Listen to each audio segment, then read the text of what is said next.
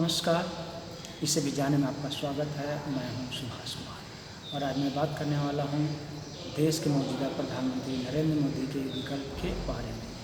जैसा कि बीजेपी और आरएसएस द्वारा काफ़ी समय से इस देश में यह माहौल बनाया गया है कि देश के मौजूदा प्रधानमंत्री नरेंद्र मोदी का कोई विकल्प नहीं है, लेकिन मेरा व्यक्तिगत यह मानना है कि यह एक झूठ है, एक सिर्फ हवा है। जैसे सरकार पिछले 9-10 सालों से सिर्फ झूठ और जुमलों के सहारे चल रही है, ठीक इसी तरह ये एक हवा बन रही है।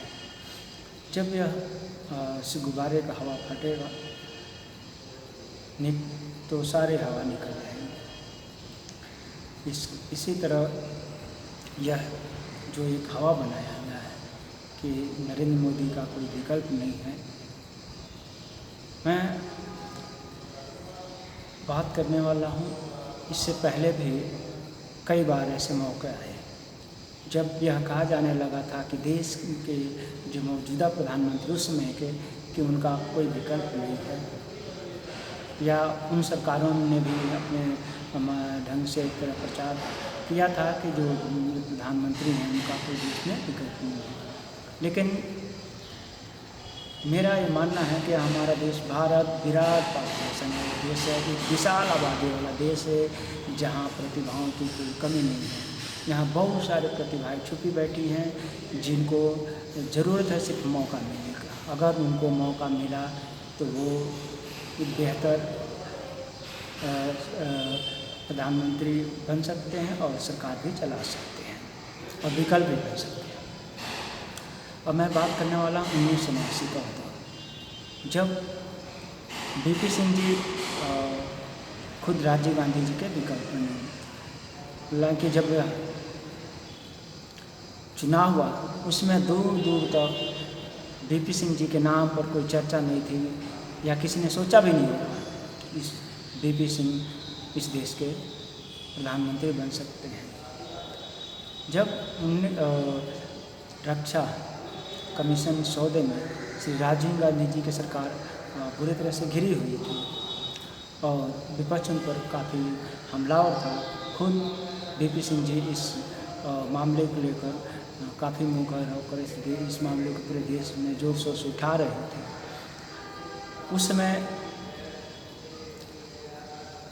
जब 1989 का चुनाव हुआ तब बीपी सिंह जी छोटे छोटे दलों को मिलाकर एक मोर्चा बना, एक गठबंधन बना और उस मोर्चे की अगुवाई में 1989 का चुनाव लड़ा गया, लोकसभा का जो चुनाव लड़ा गया। जब चुनाव का परिणाम आया तो यह गठबंधन हालांकि विजयी रहा, लेकिन इसको पूर्ण बहुमत नहीं मिला। लेकिन बीजेपी और अन्य सहयोगी दलों के साथ मिलकर उसमें केंद्र में इस गठबंधन यानी बीपी सिंह के गठबंधन की अगुवाई वाले मोर्चे की सरकार बनी और बीपी सिंह खुद प्रधानमंत्री बने। अब मैं बात कर रहा हूँ ठीक इसी तरह राजीव गांधी जी की, जो खुद वोट श्री इंदिरा गांधी जी के विकल्प बने, स्वर्गीय इंदिरा जी के विकल्प बने। सभी को पता है कि इंदिरा जी की उस घटना के बाद राजीव जी आप सभी को बहुत सारे लोगों को शायद पता नहीं हो कि राजीव गांधी उसमें 1980 से पहले सक्रिय राजनीति में नहीं थे, सक्रिय राजनीति में, लेकिन 1981 में वो सक्रिय राजनीति में आए और जब इंदिरा जी की 1984 की इस घटना के बाद वो चुनाव लड़े और विजयी रहे और स्वयं इंदिरा जी के विकल्प बने।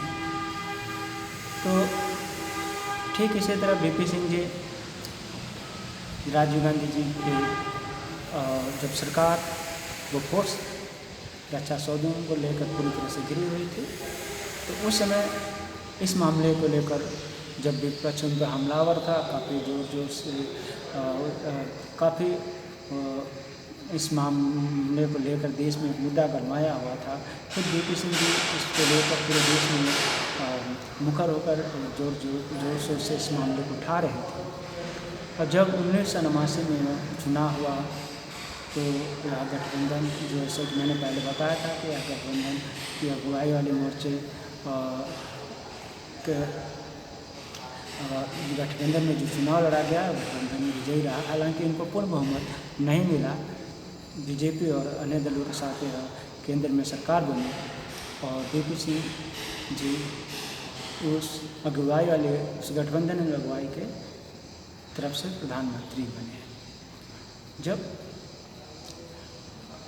वीपी सिंह जी, एक खास बात यह भी थी कि जब 1989 का लोकसभा का जब वह चुनाव, तब यह चुनाव किसी एक व्यक्ति के नाम पर नहीं लड़ा गया था कि फला व्यक्ति वीपी सिंह या कोई उस प्रधानमंत्री पद के चेहरा थे। उसमें देश में उस गठबंधन में बहुत सारे वरिष्ठ नेता थे, जैसे देवीलाल जी, चंद्रशेखर जी, खुद वीपी सिंह जी, बहुत सारे वरिष्ठ नेता थे उसमें।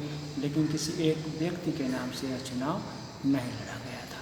जब यह गठबंधन चुनाव के परिणाम आने के बाद वीपी सिंह जी इस गठबंधन का जब बैठक हुई प्रधानमंत्री पद चुनने के लिए, तो उस बैठक में वीपी सिंह जी के नाम के पर सहमति बनी और वो इस तरह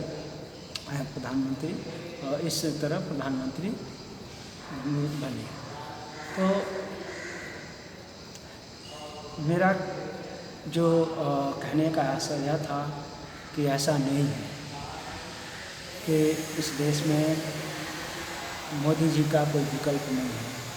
बहुत सारे आज भी इस देश में राजनेता मौजूद हैं जो मोदी जी से बेहतर सरकार चला सकते हैं और प्रधानमंत्री बन सकते हैं।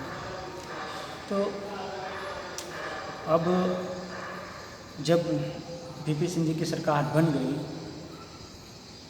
वह सरकार चल ही रही थी।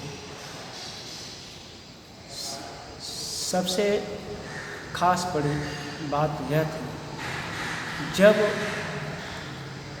यह सरकार द्वारा यानी वीपी सिंह जी की सरकार द्वारा मंडल कमीशन की सिफारिशों को लागू करना 7 अगस्त 1990 को श्री वीपी सिंह जी की सरकार द्वारा मंडल कमीशन की सिफारिशों को लागू कर देश में एक ऐतिहासिक फैसला, देश के लिए एक ऐतिहासिक दिन वो है, उनके लिए एक ऐतिहासिक फैसला था जो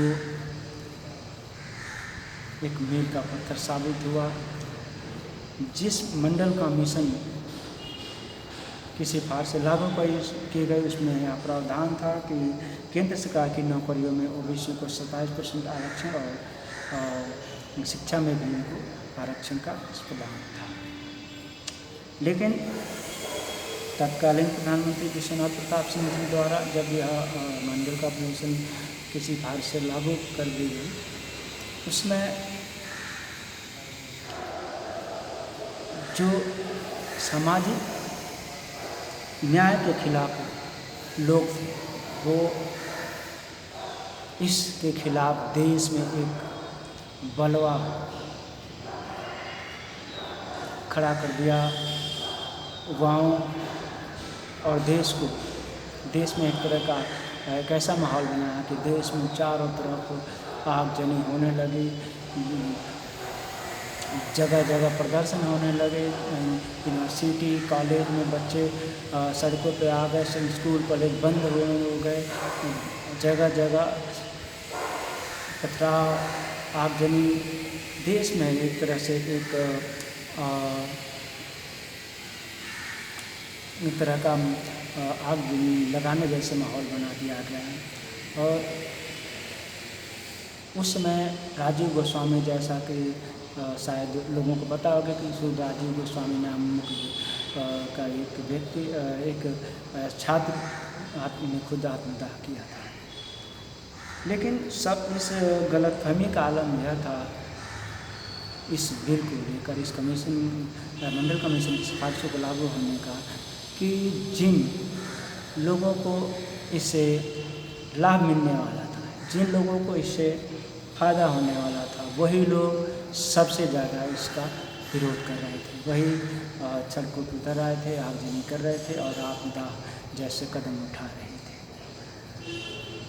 तो जैसे ही यह मंडल कमीशन किसी बार से लागू हुई, वीपी सिंह जी इसे लागू किए, तो जिस इस गठबंधन में जो बीजेपी के सहयोग से वीपी सिंह जी की सरकार चल रही थी, बीजेपी ने मंडल कमीशन की सिफारिशों को लागू होते ही अपना समर्थन वापस ले लिया और यह सरकार गिर गई। बीजेपी द्वारा अपना समर्थन वापस ले लेने के कारण यह सरकार गिर गई। मेरा मानना है कि व्यक्तिगत यह मानना है कि अगर बीजेपी उस समय अपना समर्थन वापस नहीं लेती तो वीपी सिंह जी द्वारा इस तरह के और भी कानून सिफारिशें लागू किया जाता, जिससे देश के वंचितों,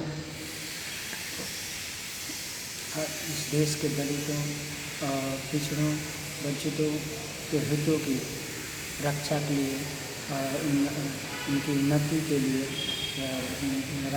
नए रास्ते खुलते थे और शायद उनके विकास के लिए और भी आयाम बनते। लेकिन दुर्भाग्य यह कि यह सरकार